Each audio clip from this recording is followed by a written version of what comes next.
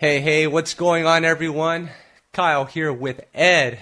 The I Got So and So in Stereo podcast is back. We've kicked Tom off the show because he keeps talking about Musiq Soulchild, and we've had enough, haven't we, Ed? It took us this many episodes to finally kick him to the curb, but good. No more baked chicken and mayo for at least one episode. Well, actually, I think Tom is just out and about right now, so he couldn't join us on this podcast, but it's okay. We'll hold it down for him. We'll hold it down this time, but if he isn't back by next week, I've got Barry's number. Yep, so I want to quickly point out two things that I mentioned briefly on our last podcast. So I was actually supposed to be going to two concerts this weekend. Number one was supposed to be the August Alsina tour, and bad news, Ed, August Alsina couldn't make it past the Canadian border because they thought he was a criminal.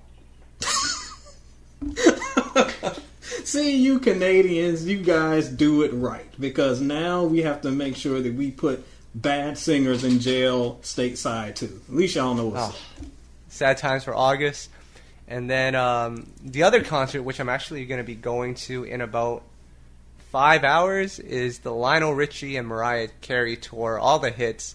Now, Ed, I'll be honest with you. This is going to be my first time seeing Mariah Carey live, and I don't know how I feel about it right now. I'm a little anxious. Really? A little anxious. Well, see, player, if this was 10 years ago, I would tell you to put your fears at the door. She's going to give you a great concert. But we have seen Mariah 2017, which pretty much just involves her standing in one place while she has her shirtless men carry her around piggyback across stage. So, settling in for an interesting night. Well, see, I'm even more concerned because, you follow me on Instagram, and anybody that wants to do that, feel free to follow me. But I usually post, like, a clip of the artist performing, and I like to do it for my favorite song. I'll record it and post it on my Instagram. But this time around, I can't even do that, Ed. I have to make sure that it's a song that she's actually singing live, or else I'll get laughed at for that.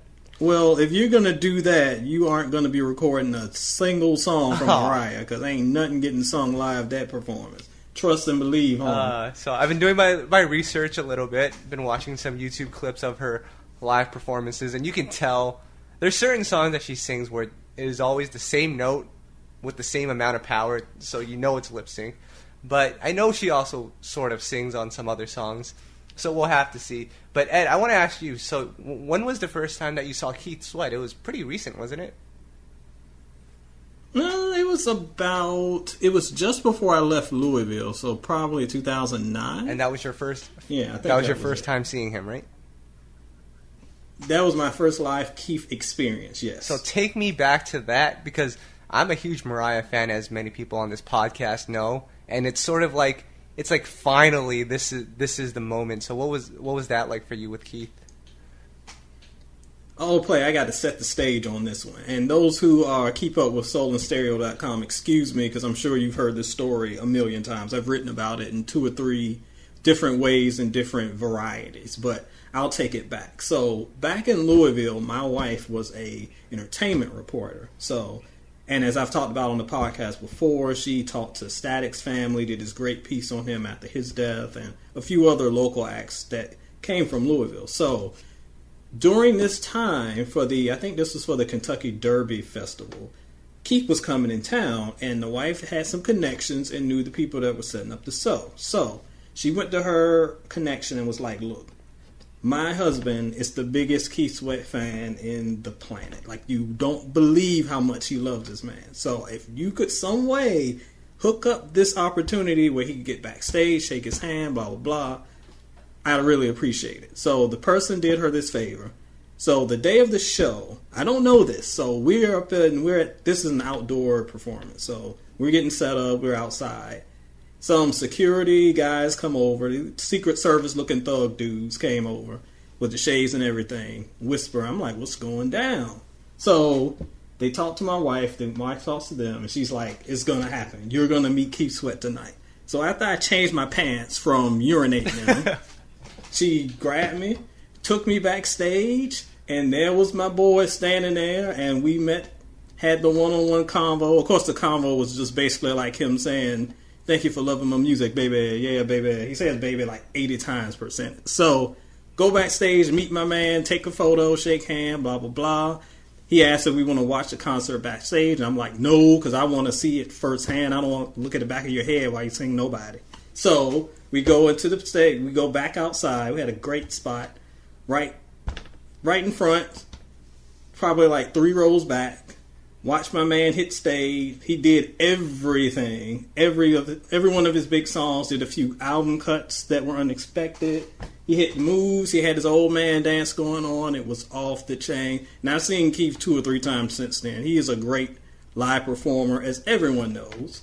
So that first experience was unbeatable and my favorite concert experience ever. Hate to be the bearer of bad news, but I don't know if you're going to have as much fun with Miss Mariah tonight.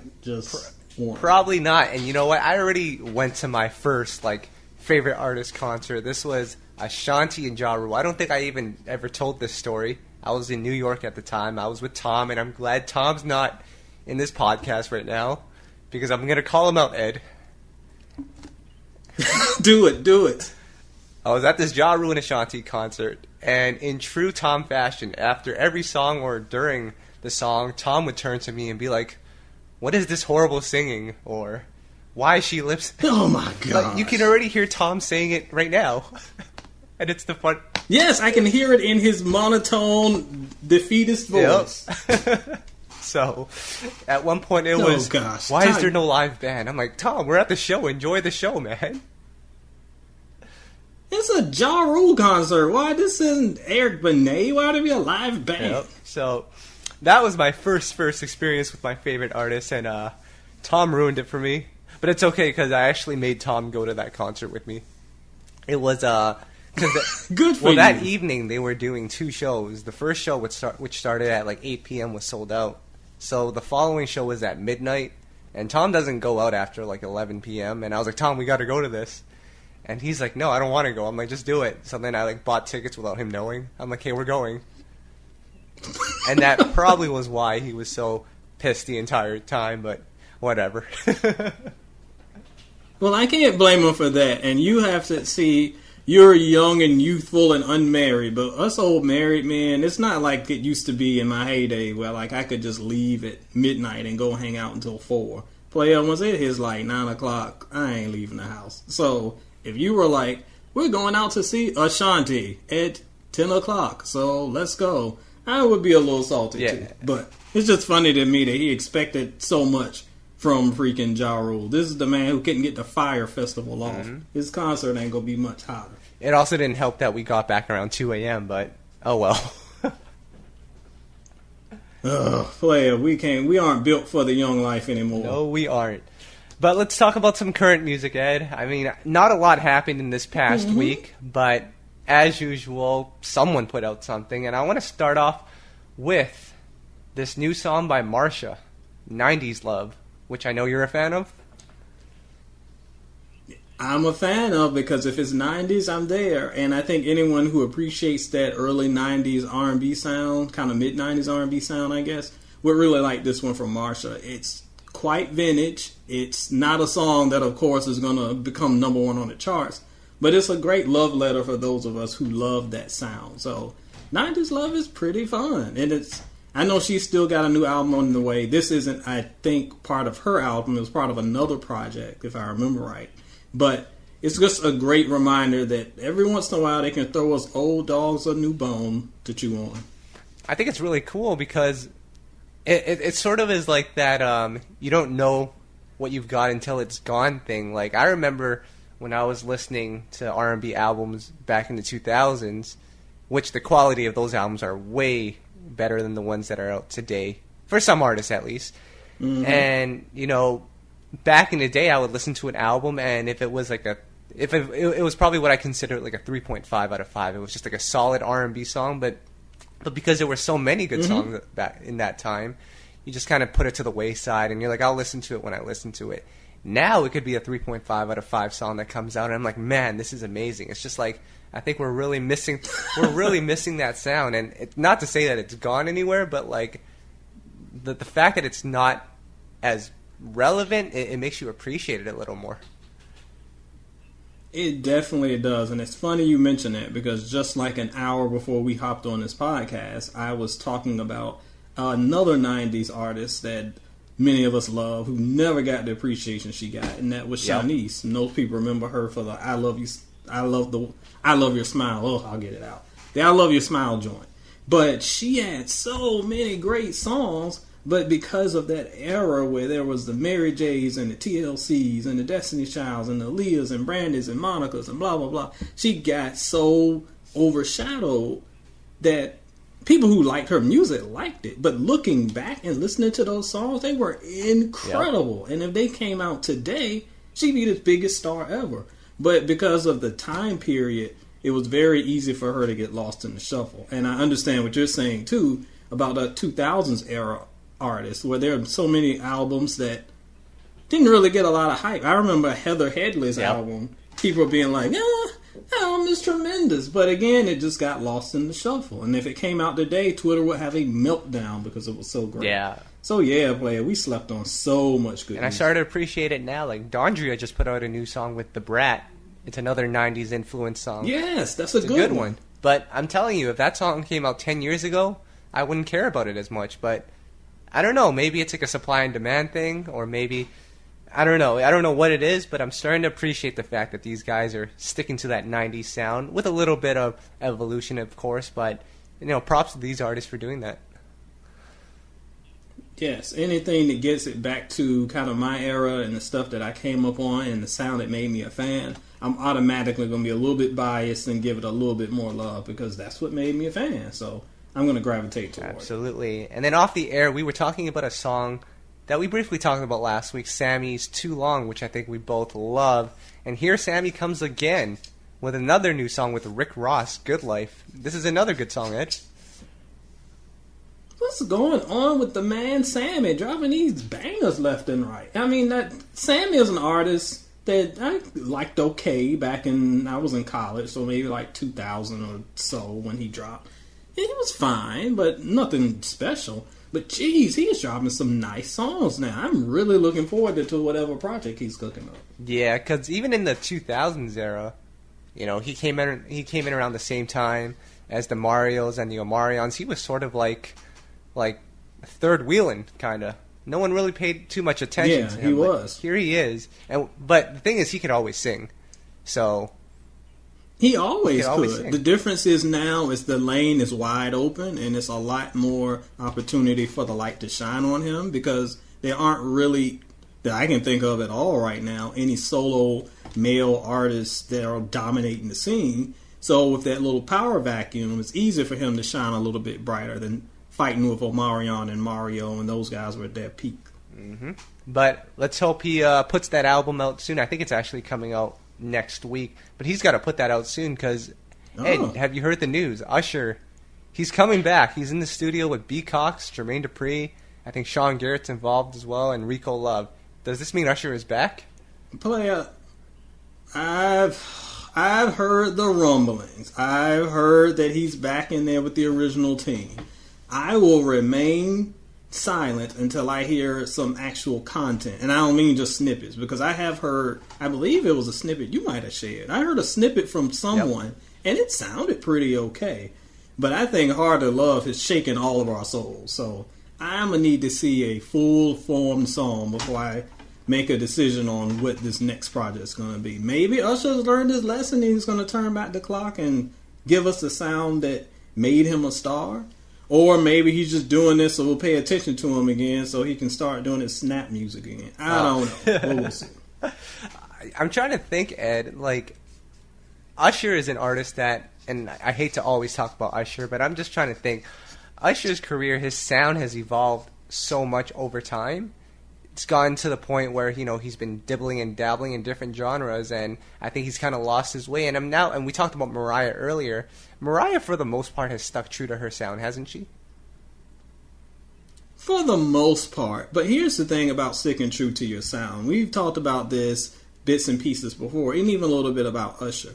I think it's fine for an artist to continue to evolve. Not long ago, I did a post where I looked at the evolution of Mariah Carey's albums, and from there I think when we did that, you looked at her originally from the pop sound, going all the way down to like around the mid-90s when she went a little bit more R&B. Then she kind of jumped back up, and then she threw some gospel in it kind of later on. So there was a kind of like a signature bass sound that she just added elements of it to. And that's good for evolution. And we saw that a little bit with Usher. But when you completely jump out your lane, that's when the problem starts. And I think that, unfortunately, although Usher early on, Confessions era, he was good at kind of evolving with the sounds.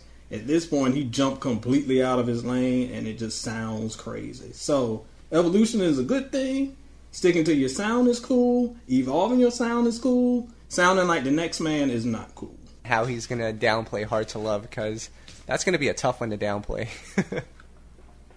Well, if you listen to the Twitter conspiracy theorists, the whole drama with the young ladies accusing him of giving them all kind of STDs and burning draws and whatnot is all part of this new effort to drop new music. I don't know why admitting that you have a STD is going to help you sell records, but that's what Twitter thinks. And Lord knows I can't say anything against them. I believe I was the one to start that rumor, so I'll take full credit for it if it takes off. Oh, it's you. That's well. If it takes off, then I'll know the first person to injure. Good Lord. Now I want to talk about Musiq Soulchild, and he's putting out a new album, and he's been dropping songs here and there. And as usual, our boy DJ Soulchild was going nuts on Facebook about this new song, Humble Pie. And Ed, the song is just okay. It is not that great. I will listen. Shout out to Soulchild who almost gets mentioned every podcast. He does. And you know what? I'm glad Tom's not on this podcast, so we can be completely honest. But Humble Pie is not that great. It's a solid song, but I mean, it's not that great. It's kind of dull. Like it's fine, but it's kind of dull. There was a song that Musiq dropped this week that was better than Humble Pie. So I don't get what the big hype is on this one. Yeah, as I had mentioned, in a couple of podcasts ago, him doing it all on his own like he is right now, it kind of concerns me because I think Musiq is an artist that sort of needs some structure. And from the songs that I'm hearing now, there's not a lot of structure in the music. Like the choruses they're just not strong enough. And, I mean, it's a double disc, so I'm sure we'll have some great songs on there. But from the 4 songs that he's dropped so far, yeah, I think, You're right, and I think that's a great way of looking at the issues that I've had with the song so far. They're fine, but it's something off with the construction. And I think that maybe it's the hooks. It's something that just doesn't pull me in the way that Musiq has done in the past. And like we said, the other song he dropped this week, Sooner or Later, I think it's called. That one I like. That one is one with the live instrumentation going. That one, of the 4, is the one that I probably enjoyed the most. So I think that he definitely has the ability to do it. But I always say about these double disc albums are, there's a reason why if you look at historically the albums I review, the ones that get higher scores are the ones with tighter track lists. Because it's easier to pick the best of your best and present that. And I feel like double albums, an artist just records a whole bunch of songs and just throws them all out there with not enough editing and not enough judicious selection. And you get a whole lot of garbage mixed between some good stuff.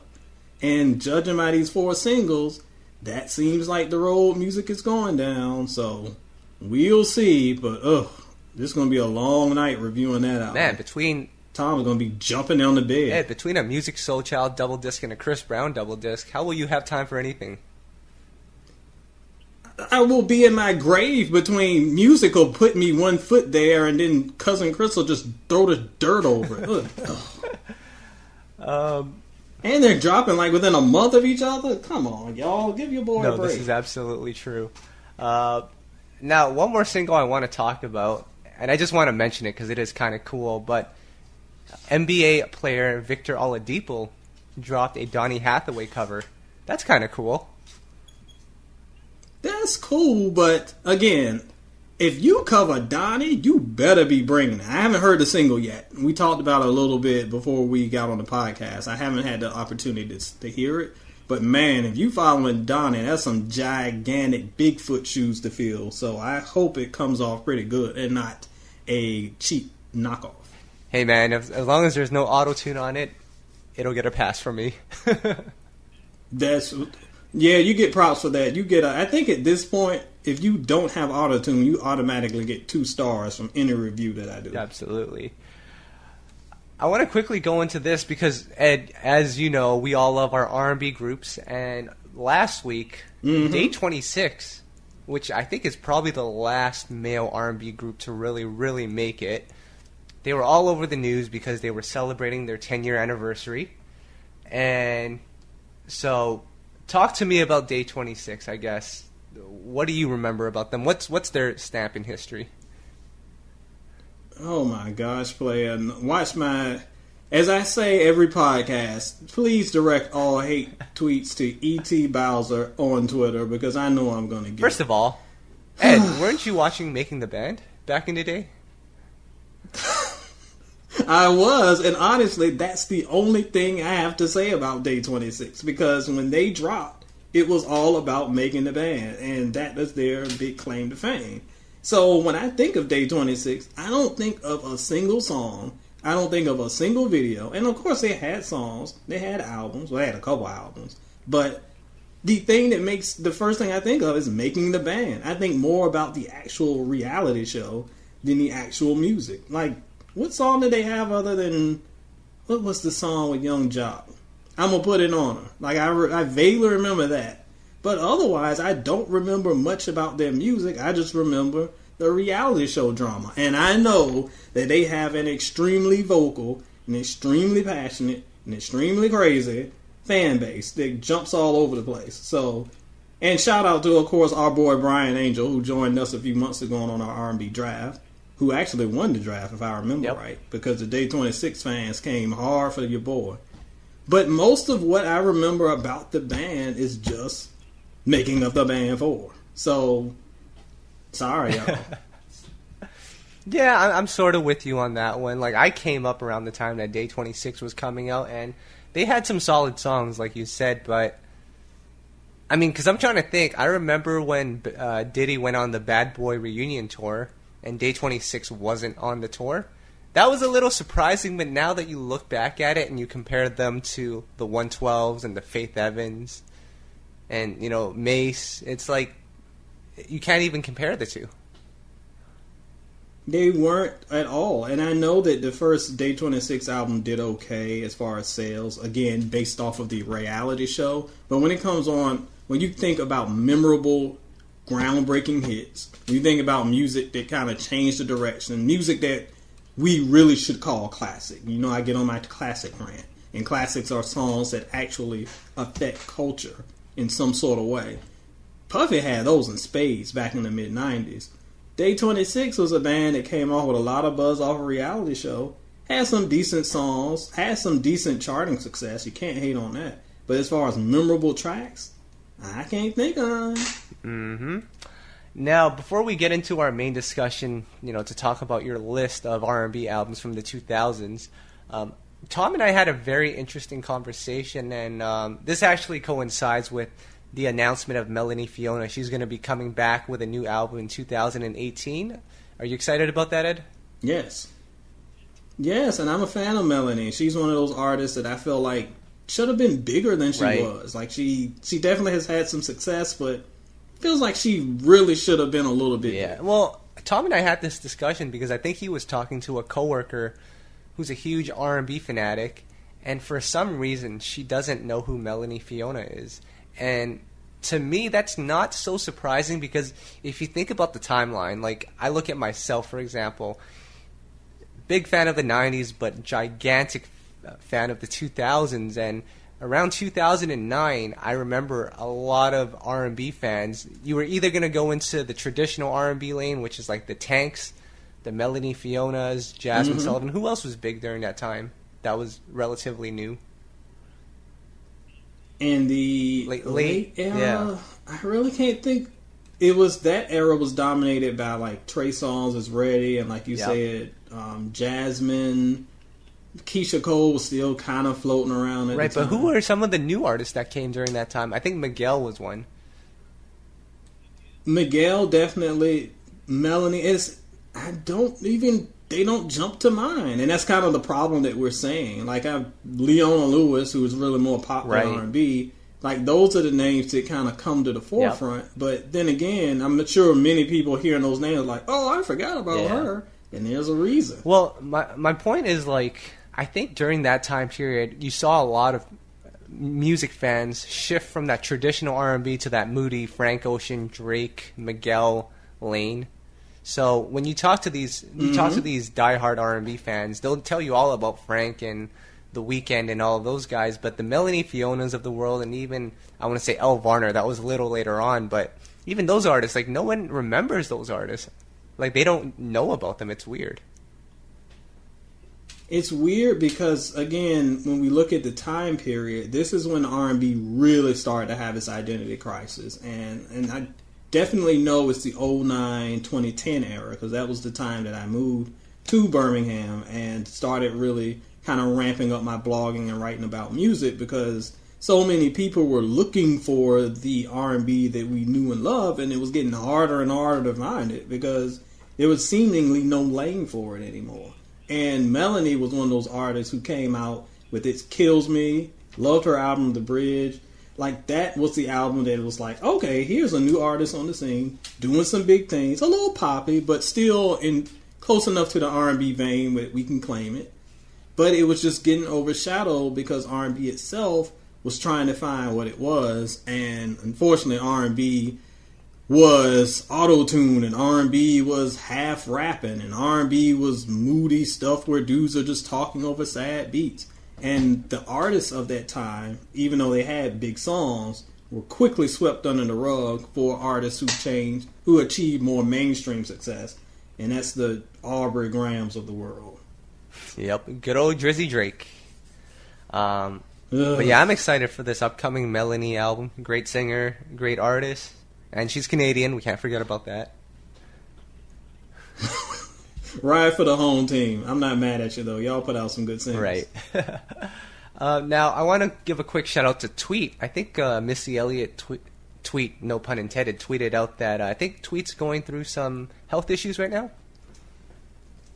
Yeah, and that's very sad to hear. Missy sent out a tweet a couple of days ago saying that, unfortunately, that Tweet was suffering from blood clots in her lungs, and that she was getting some treatment for that. So prayers go out to our girl Tweet, one of my favorite personal artists, and one who just literally 2 days before that tweet actually shared my R&B list that we'll be talking about in just a second, and sent me some love for including her on that list, which of course I was happy to do, because anybody who puts out an album as incredible as her debut deserves props. So she's given us great music over the years. Of course, when she sent out that tweet, there were a lot of people saying, she hasn't dropped any new music in like 10 years.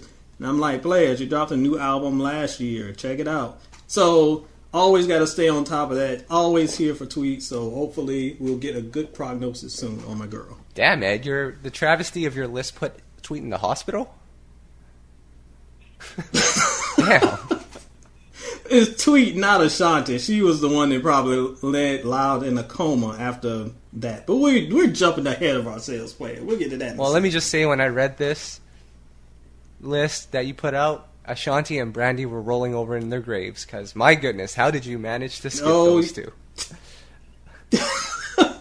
I will explain Brandy. I don't have to explain Ashanti. Anybody listening to this podcast knows where I stand with Miss Ashanti.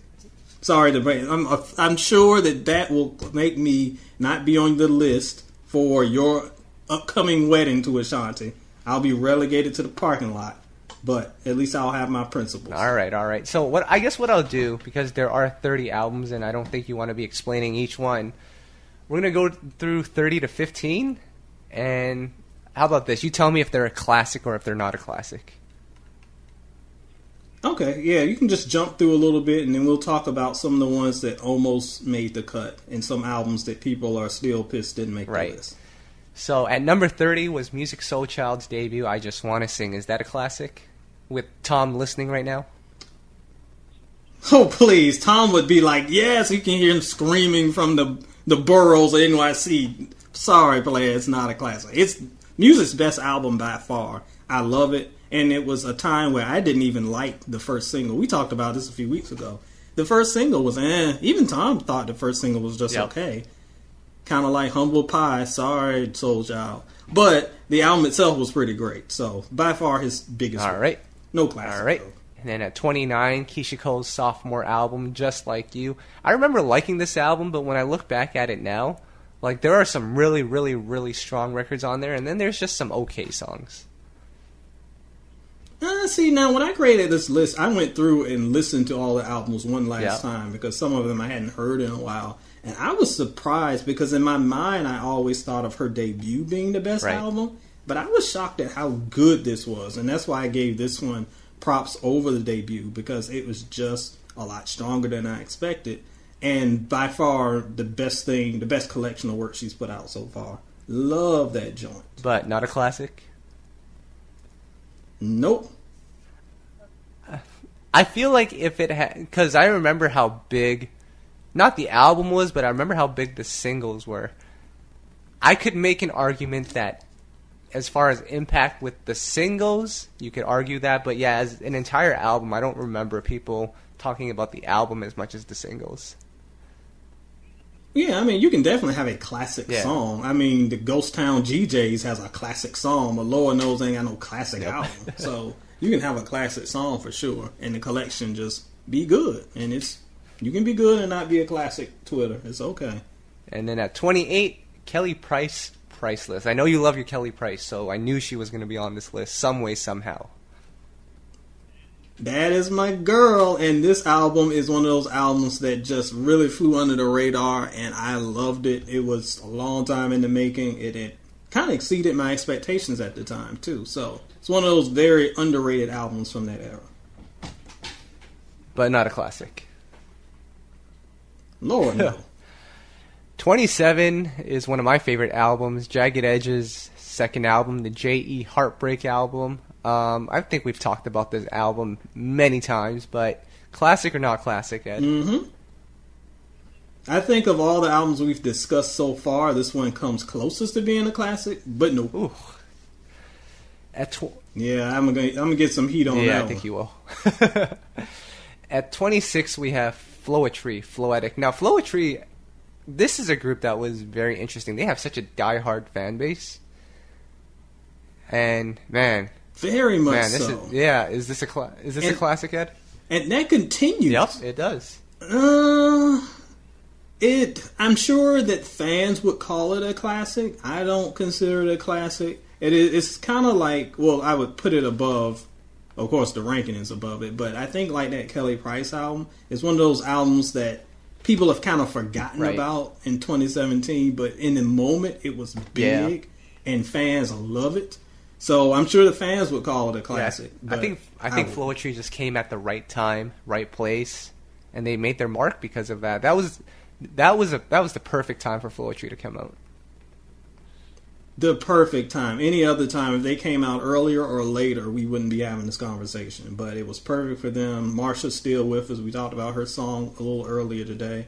I mean, and the Floetress is still around too. Shout out to Natalie. So they're both doing their things in different ways, but this album, fantastic. Mm-hmm. At 25, we have Neil's debut, In My Own Words, which I think is another album that came at the right time. It was during the Little John era, right? Right after the Little John era was when Neil came about. And after the Lil Jon era, and I swear every song had the same freaking beat. Every song had that beat, and that goodies beat, and that freak-a-leak beat. Everything sounded the same. Oh my goodness. Neo finally came, kind of switched course, got us back into a vein of more traditional R&B, and I loved it. And this album is still his best work.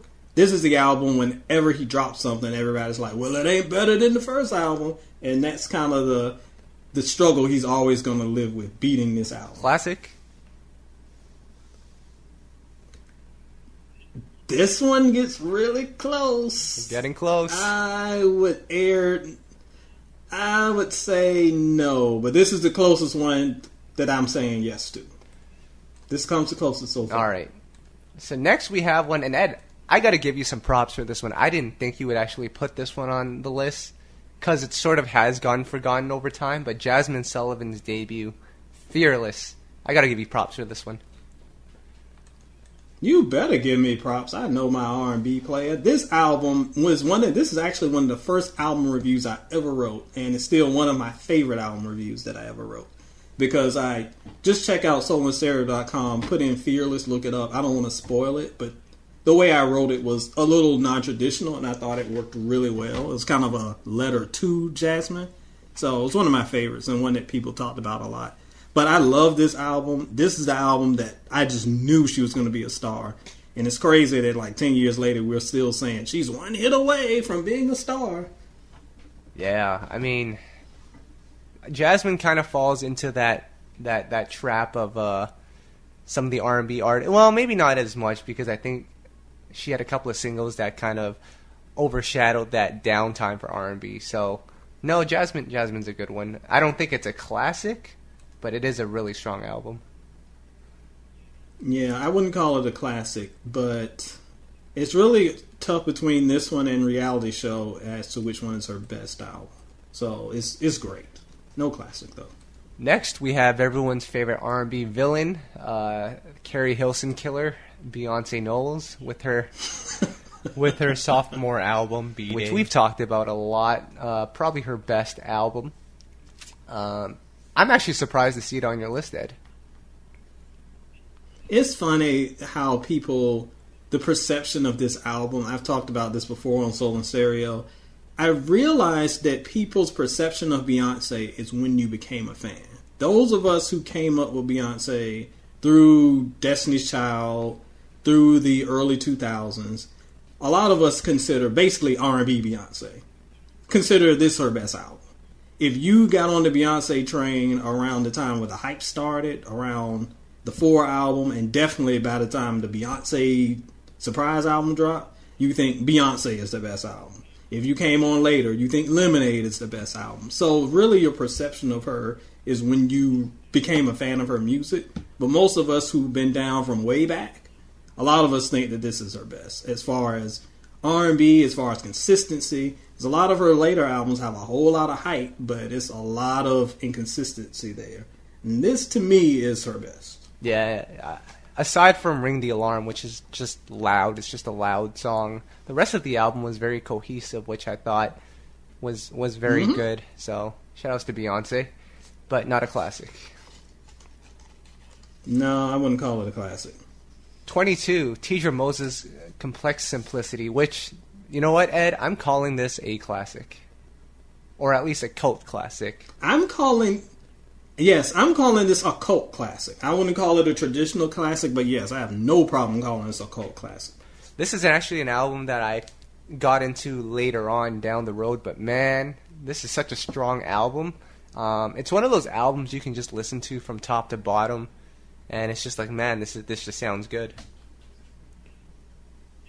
Everybody needs to have that one friend that puts them on to the good stuff. And shout out to my girl Desiree, who she wrote for Soul and Stereo for about a year as a contributor a few years back. And she had this column called Progressive Soul Mondays, and every Monday she would kind of introduce a new up-and-coming R&B star. And a lot of those people she introduced, of course, end up being big stars. But what she would always do is tell me about this new artist. It's like, oh, you gotta hear this person. And I'd be like, okay, whatever. And then they would always blow me away. Janelle Monáe was one of the people she introduced me to, and Tidra was another that she told me about, and I liked her single okay, but she actually bought me the album and gave it to me and was like, you're gonna love this, listen to it. And the lady was not lying. It is one of my favorite albums of all time, and definitely worthy of inclusion here. For sure. And Ed, it's time to call you out. How the heck did A-Marie make number 21 with the Because I Love It album? The cover looks great. The album cover looks great. And there are some solid songs on there. Crush is an amazing song, but this is not supposed to be on the list. I'm sorry.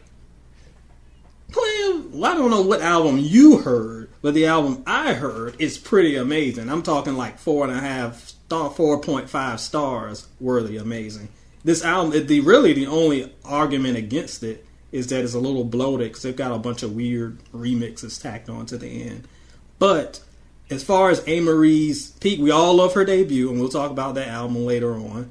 And her second album is pretty fantastic too. That was close to making the list. But this one kind of was the best of both of those worlds. The upbeat songs along with the kind of lower mid-tempo joints. Crush was one of the ones you mentioned earlier. Paint Me Over is another I love too. They kind of meld together for one solid cohesive album. It's a little long in tooth, and I think that is one big criticism against it. But as far as just overall enjoyment, it is nice. It's a shame a lot of people haven't heard this album. When I dropped this list, people were like, I've heard everything but that album. So go check it out. If you can't find it on, I'm sure it's not on Spotify, so you probably got to YouTube it. But it's out there. A little... and the cover is kind of banging, now that you mentioned. A little insider information about this album, Ed. I call this the McDonald's album. Because there was one time, this was probably back in 2008, 2009, I was lining up at McDonald's, I was ready to get my Big Mac, and I heard Somebody Up There, which is on this album, it was playing at McDonald's. It was like the craziest thing ever because this is an album that didn't even come out, and it was playing at McDonald's. Somebody in there... They were playing the album at McDonald's? That's the weirdest thing. It's just, somebody just had a copy and they were just blasting it in drive-thru? Man, if I knew who was playing it, I would have gotten their number then. Man. You missed out on the love of your life. Damn. Alright, number 20. Ed, that's not a classic, by the way. No. Okay. Next, we have Jill Scott, Volume 1. And this is another one that just came at the perfect time. I think it was... Man, Jill was huge at this point. No pun intended. And I think... Oh, my God. Oh, you threw me off for that one. So, Jill, yes, dropped at the perfect time. Oh, you are a horrible human being. So, she popped at the perfect time. This is right around the time just his music hit, where that Philly soul sound was really exploding. And she was so ahead of her time because she was able to speak from the perspective of a woman, like very authentically, at a time where women were just kind of relegated to like grinding with the draws on and the I was going to say rap and R&B videos, really. Here was an authentic black woman telling her story and telling it soulfully and very well. I will give you the backstory on this one, though, because when I published this list, this is the one album on my list that my wife was like, you rated this way too low, and this should have been top 10. I don't agree, but she gave me grief about that. And a few other readers did, too, say that I shortchanged it a little bit. I love the album. I think that it's very, when you talk about impact, and we talk about just the quality of it is great. I don't think that it beats the albums above it, but, that's just preference. Still a fantastic album and a very important album, too. Yep. Is it a classic? Ooh. I'm going to say no, but kind of like a couple of others we mentioned on the list, it comes really close. If someone called it a classic, it would be hard for me to argue against that. But I would say no. Sure, my wife. Man, you're really taking this classic title seriously. I do. I don't throw it around. Mm-hmm. Now, at number 19, Dave Hollister, Chicago 85. Now, Ed, as an R&B fan, I will admit I have never heard this album before.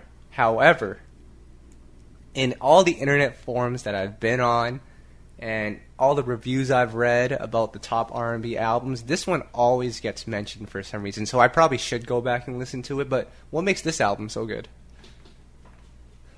It's really the peak of Dave. And if you look, these last couple albums we've talked about have all been like the year 2000. It was just something about that year because it still had the evolution a little bit of a new millennium sound, but still really rested on those things that made the 90s so great. So I think it pulls from that a little bit. But it's kind of like the male version of Jill's album, where it's an authentic story of a man trying to find love and the stupid mistakes he makes along the way. So it's very relatable. Plus, Dave is just one of those very underrated voices. And one thing that I'll admit about this album, I have been calling this album the Brandy Killer. And the reason why I call it that is because when before I published the list, I had the list done. The original number 30 on this list was Brandy's Aphrodisiac. Oh. And I went through the list and realized that I forgot this album. So I had to go back and add it, and that's what knocked Brandy off the list. So blame Dave for knocking Brandy off of the list. I'm going to have to send Dave a quick email and be like, hey, you ruined my girl's chances of getting onto this list. We're going to have to take this to the arcades, and we're going to have to play Street Fighter. Actually, he would really enjoy that. I've told this story a million times before, but the first time I met Dave is when I worked at the video game store, and he came in one day. And this was right before this album dropped. And he was buying, of course, like 7,000 video games. I was like, who is this guy that's just buying up all this stuff?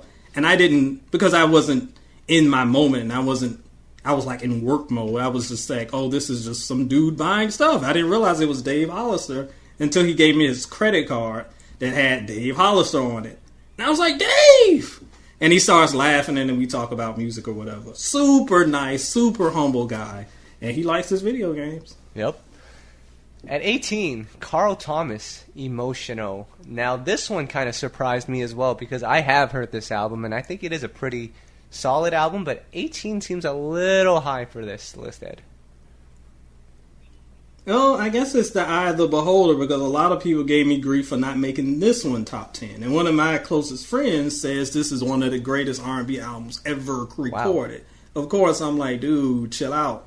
It's great, but chill out. Again, it might be another album that's the product of its era, but when this dropped, we really thought that Carl, kind of like a bunch of albums on this list now that I think about it, with Tidra and with Jasmine, we thought that like this album was going to make him a superstar. And as far as a solid single piece of work for its era and its time, if you just look at just that album and kind of not like what's come before and after, I think it's fantastic, and I think it holds up. I am very confident of its placement here. You know what? I'm looking at the track list now, and there are some really, really good songs on there. Special Lady. That's a great song. And some phenomenal writing. I remember at the time I was in college, and my professor, my journalism professor, he was also a singer-songwriter. And he would talk about just how well written that album was, because at the time R&B was getting kind of lazy with the writing, and he was right. And I remember listening to it a little bit deeper because he told me, hey, you really need to listen. This dude really is talking about some stuff. It is so well written. Yep. Classic?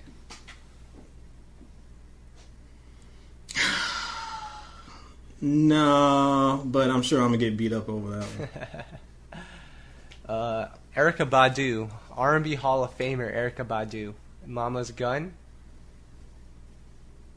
What do we love about this album, Ed? Oh, I am sure y'all gonna. If Tom was up here, he'd cry a river of tears for Erykah Badu being this high on the list. Because you know he don't get down with Badu, but those are personal character flaws. I can't do nothing but pray for that. But love this album as well because it's just so raw and authentic.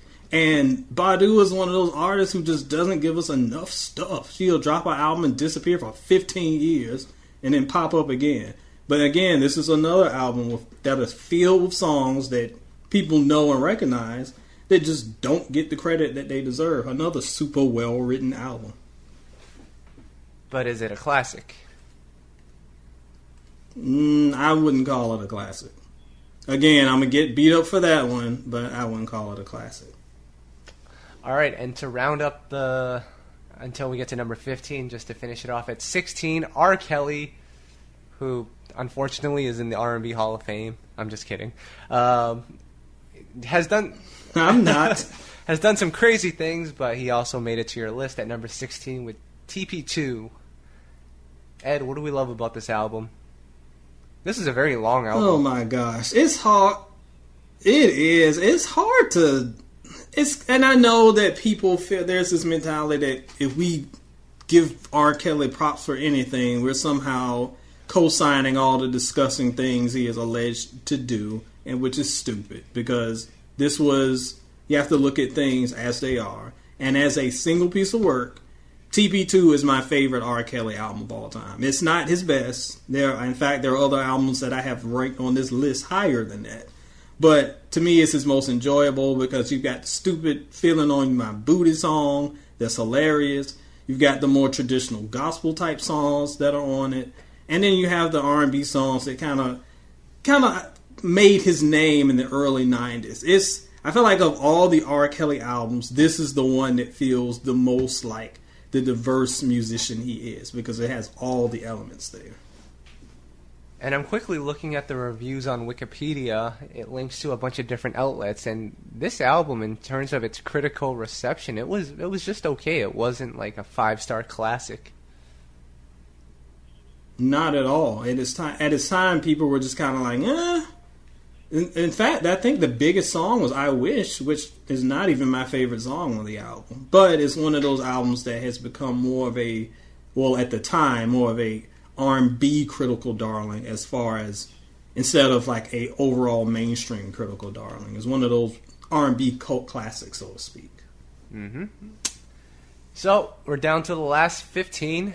And, I mean, I'll let you take the stage on this one for whatever you want to talk about. 15, Usher's 8701. We've talked about that like 10,000 times. One of your my favorites. See, You Remind Me was one of those songs that really, really got me into R&B as, a whole genre. So this album is near and dear to my heart, and I would call it a classic. It's close, but I would give it to him as a classic.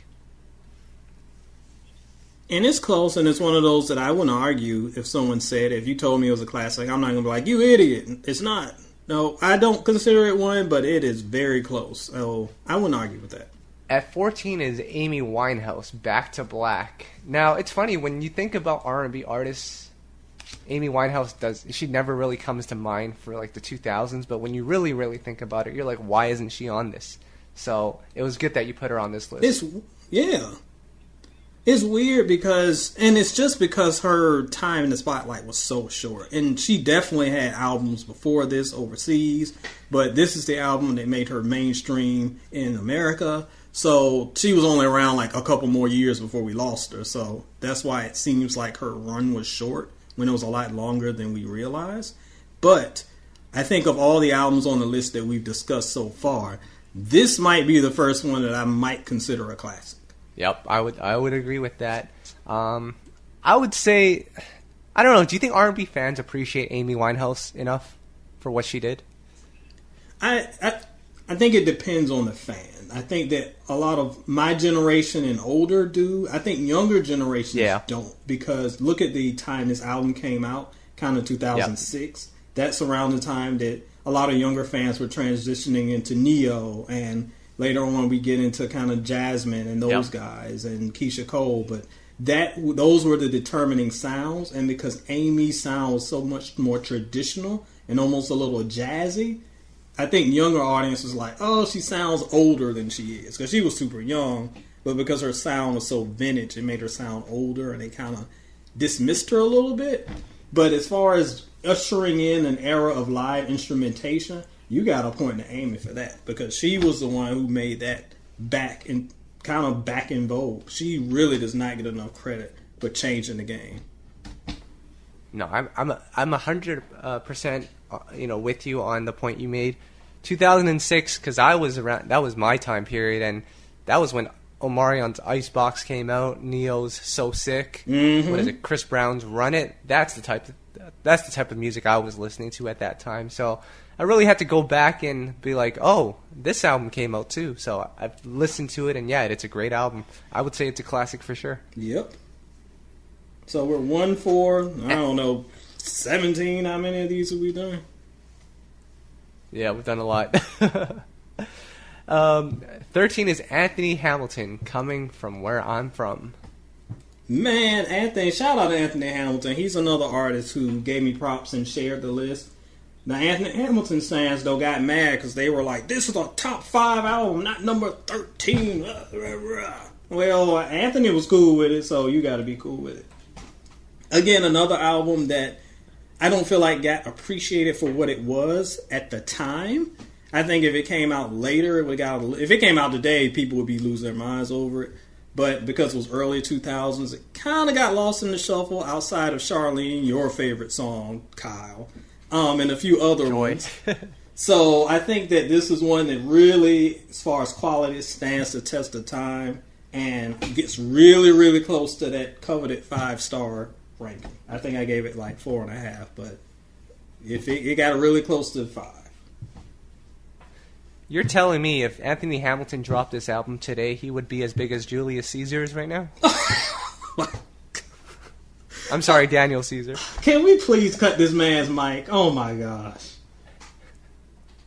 This dude's over here talking about Little Caesar's Pizza instead of the greatness of current artists. Speaking of Little, I don't mean to cut off this list for now, but I just want to point out, I was listening to some new song by Lil Uzi Vert with Pharrell, and it's like the song is terrible, but the beat's fired. I'm conflicted right now. See, player, now this is where we have gone wrong. Can I get on my high horse once again? Because we recognize that the music is hot garbage, but we're like, oh, but the beat hot. Let me ride with it because the beat hot. The same thing of that horrific Cardi B song that everyone says is the greatest song ever recorded because we like her because she's on a reality show. Let me tell you something, player. You like the person because she's on a reality show. You don't like her because the song is good. Because the song is horrible. Uzi Vert's song is horrible. I don't care what kind of beat Pharrell slapped on it. The people are trash. Stop supporting it. Oh. Real talk about that Cardi B song, that beat is fire. It is fire. The beat needs to be burned along with the song.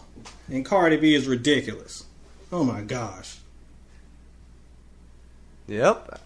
So is Anthony Hamilton's album a classic? No, I wouldn't call it a classic. This may be another cult classic, though. But I definitely wouldn't call it a surefire R&B classic. Cult classic, now we're talking. Better than Cardi B. Fair enough. Number 12, we have Destiny's Child's final album, Destiny Fulfilled. Now, I wouldn't call this a classic, but... And this is the one that doesn't really get talked about a lot, because I'm sure a lot of people talk more so about the writings on the wall, but this was a very, very solid R&B album from top to bottom. Ooh, they were mad about this album, player. It's weird how, like, the Beehive loves Beyonce, but, like, they don't ride for Destiny's Child. It's very strange, because they are like, the Beehive was like, oh, the Beyonce album should have been higher.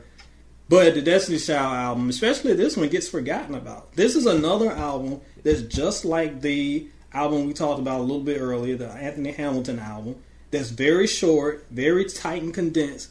But man, song for song, it's a banger. It's got and it flows well from the more upbeat songs. It's got the radio songs. It got the more hip hop tinged songs to the traditional songs. From front to back, it's a great listening experience.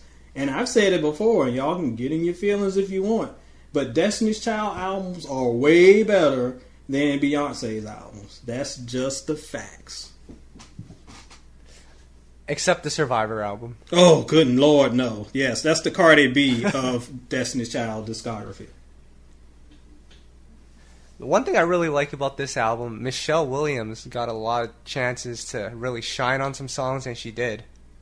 I don't think she gets enough props for what she did on this album. Oh, my goodness. Now, I know we love Michelle, and she's fine in small doses, but oh, Lord, the way she gets to screeching sometimes, ain't my cup of tea. She did get more chances to shine, and she sounded okay sometimes, but once those vocals start going out of control, them runs, I start running from them runs.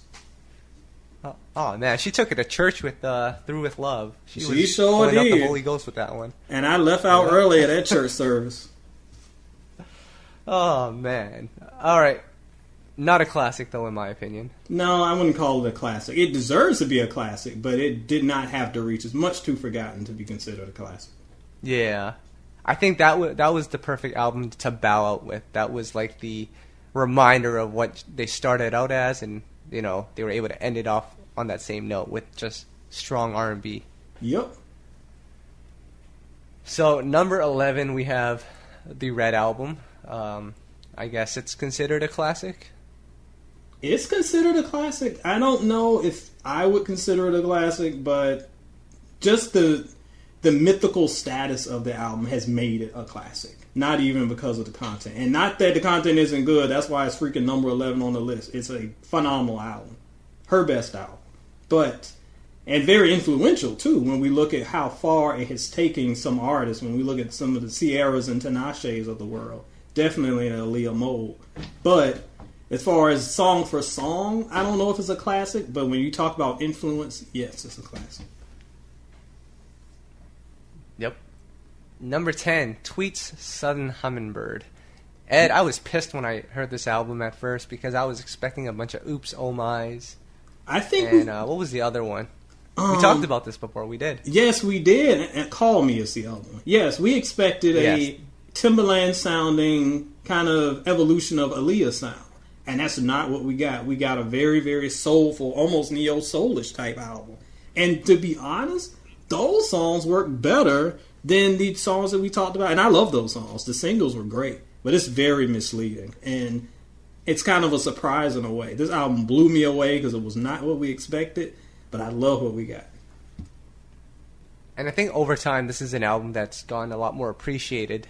Because you got to remember, at that time, this came out around the same time as Ashanti's debut, and I think Ava Marie's debut, is it? Yep. And I think those two kind of took off first. Those two took off way before this one did. Tweet but and as you look Ashanti back dropped. at it now, Tweet and Ashanti dropped the same day. I'll never forget it. Yeah. And of course, My Girl Won. And that album should also be on this list, but Tweet's album is great. Oh my gosh, this is a top 30, not a top 70. Calm down. We'll get to the sleeper picks later, or the ones that you left out. But Ed, is this a classic? Oh, I want to call it a classic, but unbiased Ed says no. I really want to call it a classic, though. Yeah. At number 9, we have the Faithfully album, and I'm sort of undecided on whether I would put this one or the First Lady on the list because I love both of them. But I can't hate on you for putting this one on the list. Nor can I hate you for putting it this high. Well, a lot of people were kind of scratching their heads on it, and I think that of the top 10, this is definitely the biggest surprise of the top 10. But I stand by its placement. It is incredible. It's the only album that gets nearly as close as her 5-star classic debut. Yes, her debut is a classic, and it's 5 stars. This one gets very, very close. It's very, very strong. But for some reason, it just kind of, even though it had good singles, it kind of gets forgotten about a little bit. And between the First Lady and even her second album, it kind of gets lost in the shuffle. But it's easily the thing that has gotten close to her reaching that level of perfection again. I love it, and I stand by it being so high. Absolutely. Now, Ed, I don't want to ruin the moment, but we're actually an hour into this thing now, so we got to quickly go through this. Yep. But so we can quickly skip D'Angelo's Voodoo album. Shout out to Tom. Oh, Voodoo. A lot of people gave me beef for ranking it that low, but we've talked about Voodoo enough to know where we all stand on that. Yep. 7 is The Chocolate Factory, R. Kelly. I thought you said you were just going to put one R. Kelly album on this list. Oh, I wish I could, but I had to give love to this one. It is probably R. Kelly's best album. Classic? I might say yes, even though it makes me want to vomit. Wow. Number 6, we have Mary J. Blige's breakthrough album. We've talked about this album as well, and I like the album, but I don't know. From what I remember, it wasn't as good as number 6 on the list. I thought it was a solid album. I think it was a great comeback album, but I got to look at this one again. No, I think it's pretty great. You need to check it out again. Full of good singles, full of good album cuts. You think it's better than Growing Pains? Oh, please. Growing Pains, the TV show, is better than Growing Pains. Ah, stop. I don't think The Breakthrough is a classic, though. No, I don't either. I wouldn't call it a classic. Marriage got a bunch of classics. I think that was it. Yeah, this is just another one of those perfect timing albums. Yep. Number 5 is the Justin Timberlake Justified album. I didn't know we put pop albums on this list. Ugh. Listen, player, this is why, when people ask why didn't I do a top 50, the reason I didn't do a top 50 is because with every album I have to write kind of the little caption information. And player, it takes a lot to get all these nuggets out of my brain. So it took forever to do 30. Can you imagine if I did 50? But anyway, if you actually read the caption instead of skimming over the headlines, I will explain why this album was on the list. And it is because it is the most R&B of Justin's efforts. And the second album, Future Sex Love Sounds, that's definitely a pop record, which is why that was not included. Was this post made before or after the fact that they announced Justin Timberlake's going to be headlining the Super Bowl? It was made before. If it was made after, the Think Piece stands would have been all up in my mentions. But they tend to camp out there too, so welcome, y'all. Yeah, I'm waiting for that Think Piece. Ugh. Is this an R&B classic? R&B classic? Absolutely not an R&B classic. A very great album and one of the best albums of its era. Not an R&B classic. I feel like the Timbaland songs kind of ruined this album from being even better than it was. No, I definitely disagree. I think they're on par with the Neptune's joints. But you are a Neptune stan, and you're talking to a Timbaland stan, so we're going to be at an impasse here. We'll have to do another podcast just to dissect this album. Number 4, A. Marie's All I Have. You talked about this 6 million times. This is definitely a classic. I don't think anyone can argue that. No one would argue that. Not even Tom would argue that. In between bites of baked chicken, he would definitely agree with the placement of this album. Yep. At number 3, we have my girl Mariah, who I'm actually going to be singing in like 4 hours now. Her Emancipation of Mimi album.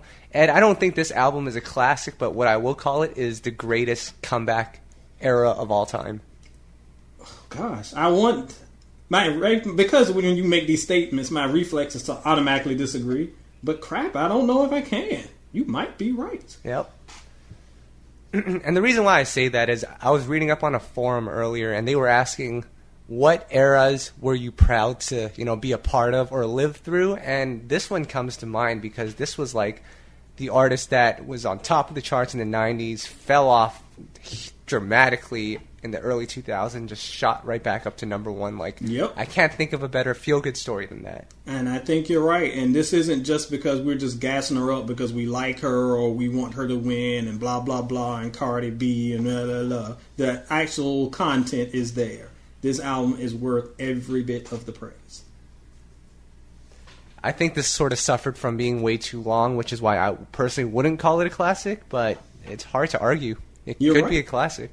And that's why it's just a little bit shy of 5 stars. I remember when I did my Mariah album review post that I talked about a little bit earlier, and people were upset that I said it wasn't 5 stars, and that's why. It's just slightly too long.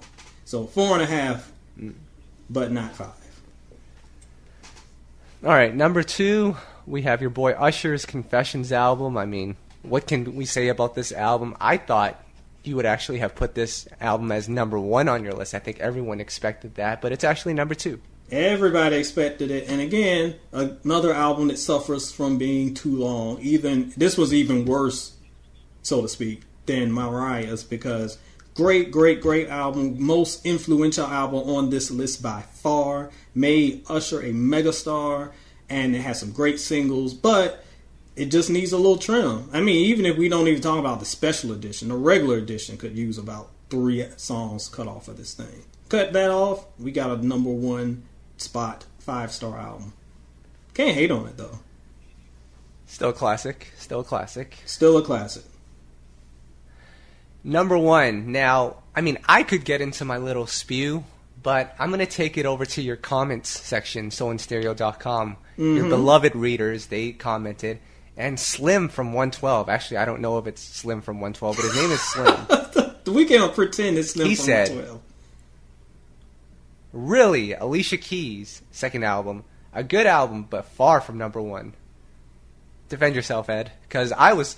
Listen, if I could screenshot our conversation onto this podcast, you will see that I was heated when you posted this as number one. You were heated, but you're also wrong. So those are two things you are always right about: being wrong and heated. So here's why this is number one: because of all the albums on this list and the honorable mentions that didn't get on this list, this is the only album that I gave 5 stars. Why did I give it 5 stars? Because it is from top to bottom, song for song, no flaws. There are no shortcomings. There's nothing, there's not too long, there's nothing too weak, there's nothing too silly. There's just the potential that Alicia had, and I know Tom is here to defend himself. He loves Alicia's debut, which I think is one of the more overrated albums of the era, because it talks about her. People like it because of her potential. And this is an album that capitalized on the potential she had. And again, this is an album that now we look back on, it's like, that can't be right, because it doesn't have the hype of a Usher's Confessions or the Emancipation, because those albums, 10 years later, people are still hyping. Whereas this album, people don't talk about it as much. But when we talk about quality and when we talk about impact on the period at the time, I think this is the album that made her not just potentially a star, but a true star. And why we still give her passes today when she puts out so-so and mediocre albums, because we know what she can do. So, to me, of all the albums on the list, this is the only one that gets 5 stars. And Ed, to continue with Slim from 112's rant on your website, he also said, and this is why I F with 112. They know what they're talking about. Slim said, also, no Brandy Full Moon. That should have been number one. Who wrote this list? I asked the same question. Yes, and that's probably the album that I got the most beef over. No Full Moon. And I do not understand the fascination with Full Moon. It's a good album. Well, that album and the Alicia debut, those were the two that people are like, where were those two? And like I said, Brandy's Aphrodisiac almost made the list until Dave knocked it off. I think that album is much stronger. And Full Moon isn't a bad album. If this was kind of extended to a top 40 or definitely a top 50, yeah, it'd have been there. But it's not even Brandy's best album. It's like her third best album. I think I like her debut better than Full Moon. It's a good album. Again, not her best. Not the best Brandy ever gave us. Little too inconsistent on that second half for me. Well, that concludes the list. Now, I was going to start throwing hands at you with some albums that you missed out, but we're going to have to wait for Tom to come back for this because we're already an hour and something into it, so we're going to have to wait until Tom is back to really go at you. Yeah, he got a list of Musiq Soulchild albums that I'm sure he wants to rant and rave about. Absolutely, and man, we got to talk about the Declaration by Ashanti, which should also be on this list. Oh my gosh. Can't forget about the Declaration, Ed. I can't. Now, that's the one Ashanti album that probably would have made the list if I made it like, I don't know. If we did a top 100, that definitely would have made the list. Oh, you are killing me. So I guess we'll end it off with the Hall of Fame. I mean, Tom's not here, so we'll have to get his vote in later on. Or we'll do it next week. Or we'll have his input next week. But 2 names come to mind, Ed, for this Hall of Fame. As usual, one from the fan and one from us. The fan nomination, they wanted us to nominate Anita Baker because she brings us joy. Oh, man. Now, see, when we first did the Hall of Fame, we kind of those legacy artists like Anita, we kind of already sort of inducted. But if we don't, if we just want to induct, just kind of look at her as a artist on her own, I think Anita's a pretty easy yes. When we talk about influence alone, that woman has influenced the entire generation of the 90s that we love to talk about and ramp about and kind of rant about. She was the woman of the 80s. She was the influencer of the 90s. Her songs are some of the biggest songs in R&B history. That's like a no-brainer. Yeah, that absolutely is a no-brainer. It's influenced so many people that have come after her. I can't. Yeah, I mean, there's no knock against her. I'm even surprised people asked us to nominate her because it's an obvious yes. Yeah, Caught I up think in every one of her Raptures. albums are like number one, if I remember right. Like you can't stop Anita. She doesn't get, of course we don't talk about her as much now because her heyday was kind of late 80s, but oh no, Anita kills it. Rapture, play it please, classic. Also, didn't she cover Tyrese's Lately in She more recent did. years? And that was a couple Yep. years ago and smashed that thing, showing that like even as a senior, she's still out here getting it. No, nobody's messing with Miss Baker. Yep, and that kept Tyrese's name in the headlines for a little more. So I'm not sure. Tyrese definitely wasn't complaining. Tyrese will find a way to complain about anything, trust me. This is actually true. Now, as for our nomination, which you thought it was your turn to nominate someone, and I thought it was my turn, and it just so happened that we had exactly the same person in mind. Which was I'm crazy. talking about, that was actually crazy.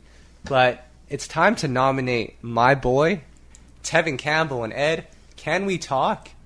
If you really think about it, or at least from my point of view, I feel like Can We Talk is one of the songs that sort of defines the 90s and Babyface and that whole sound. Top 3, I would probably think one of the Boyz II Men songs is on that as well, but Can We Talk, a huge record. Tevin Campbell, one of the first young singers that could really, really, really sing, and he really made it. He was on The Fresh Prince of Bel-Air for an episode even. Oh yeah, Ed, he was. Tevin Campbell. Man, listen, if you weren't around in the 90s, I can't explain to you how big Tevin was, because we talked about, of course, how great Can We Talk is, classic song. But we didn't talk about how great I'm Ready was, and Tell Me What You Want Me to Do, and Alone With You, and all these songs that defined the early 90s. This was the dude that people were talking in the same breath as Michael Jackson. And I'm not talking about Cousin Chris doing his backspin and his handstand and his little moonwalk. And y'all saying that he's hyped because he dances. No, we were talking about because of his musical content, this dude was going to be the man of the 90s. And you mentioned Fresh Prince of Bel-Air. Dude was already starring in lots of movies and TV shows. Really, when we think about it, he was the male counterpart to Brandy. The artist Brandy is now. He is the male version of that. And if his career extended, we'd be talking about him the way y'all love to talk about Brandy, and the way that you yell at me because Full Moon isn't on my list. You'd be yelling at me because Back to the World or something wasn't on this list. So Tevin had the goods. He is one of the biggest artists of the 90s, but Tevin's knock is that he could not translate when the genre evolved. Because you see in the mid-90s, by the late 90s, when we hit the Bad Boy era and we started to see more hip-hop influence in R&B, poor Tevin lost his way. He just couldn't find a way to transition his sound into that sound. And he got left behind quick, fast, and in a hurry. And because of that, I can't put him in the Hall of Fame. If we look at from 90 to 94, oh, please, no question, straight up Hall of Famer. Even if this podcast was recorded in 1996, I would probably still say, oh yeah, he's a Hall of Famer probably. But knowing that he was unable to recapture that magic of his first 3 or 4 years in those first 2 albums, I just can't do it, dog. I can't do it. As much as we love him, he just was not able to translate. His reign on the short was short like leprechauns, as my man Big would say. Yep. Now, would you say his third album was his third album good at all? Because I'm looking at I haven't heard it. There was Bad Boy on it, and yeah. Oh no, that album was not good. I hated the single, the title track. I hated that song, and I do remember a couple songs on it being okay. It was one of those albums. See, back then we didn't have Spotify. We didn't have the luxuries that you youngins have today. So that's an album I listened to probably in the past 5 or 6 years, because it was, once music became more available online, I could check it out. But I didn't like it at all. And again, he just struggled. And then his next album, he was struggling to kind of find kind of neo-soulish sound. He just really couldn't transition from that early 90s sound, and that's what hurt him in the long run. Yeah, I would say the same thing. I think he was good for his time and gave us a lot of memorable songs. I don't recall any of his songs, his albums being classics, but he was good for his time, and I think that's not a bad thing by any stretch. He does have a lot of songs that people love to this day, so shout outs to Tevin Campbell. You're not in the Hall of Fame, but like I said, Can We Talk is one of those songs from the 90s that I think defined the 90s, really. Definitely. And you talked about albums maybe not being a classic. You could make an argument that his first one is. It's been a while since I've heard it, so I'd have to check it out. But I remember that thing being off the chain. So, again, If you missed out on Tevin's heyday, it's kind of hard to get the hype because you don't hear anything about him today. But trust and believe, that boy was on fire. He was Mr. R&B for most of the 90s. And just one last point about Tevin Campbell and the Can We Talk song. I remember I was at a club, this was probably a couple of years ago, and they were playing Can We Talk, and man, even the white people loved that song. You can't deny a hit, player. Once a hit is a hit is a hit. You cannot deny it. No, you can't. So that concludes this episode of the podcast as well as the Hall of Fame discussion. We'll try to get Tom back for the next one, and hopefully there's more to talk about. But Ed, what's going on with SoInStereo.com? I saw you did a hip-hop list as well. Yep, along the lines of the R&B list of the 2000s, I have just hit the publish button on the best 30 rap albums of the 2000s. So, sorry, Kyle, there's no Ja Rule here. Sorry, Tom, there's no Wale here. But there's still 30 albums that define R&B for that generation, for that decade. And as much as us old heads from the 90s love to whine and complain about hip-hop is dead, just like we complain about R&B is dead, there's plenty of great music from that era that we focus on in that post. Also, a post that posted a little bit earlier than that. This is just a little goofy, silly thing that I did, but man, it's picking up steam. So I was thinking on my road trip about how rappers are just like greasy fast food chains. And I kind of compared rappers to different fast food posts. This would have been perfect for our podcast when we had the fast food discussion, by the way. But I compared a bunch of rappers to fast food chains, and people are eating it up. So go check that out. And you can see why I think that 2 Chainz is like McDonald's and why Drake is like Wendy's, and a bit more. Damn. In terms of, YouKnowIGotSoul.com, I don't really think there's much going on right now, but as I was going through our YouTube channel and I came across the R&B draft, you had mentioned it earlier with Brian Angel. I think it's almost time for us to do another one of those. It's about time. I think it's time. It's one of my most fun posts that we've done, and one of our most fun podcasts. And it was cool having Brian Angel and B. Cox and Case, and I think Soulchild was on that podcast too. We just had a whole all-star list of R&B influencers and thought leaders up on the joint, talking about who we thought would win. Brian Angel won. His fans came through for him on his list, even though I think I had the superior list, but I might be a little biased there. But it was fun. Yeah, we need a part 2. Yep. Man, I just remember how awful it was to schedule that thing, but I'm going to try to make that a priority coming up. Make it happen, player.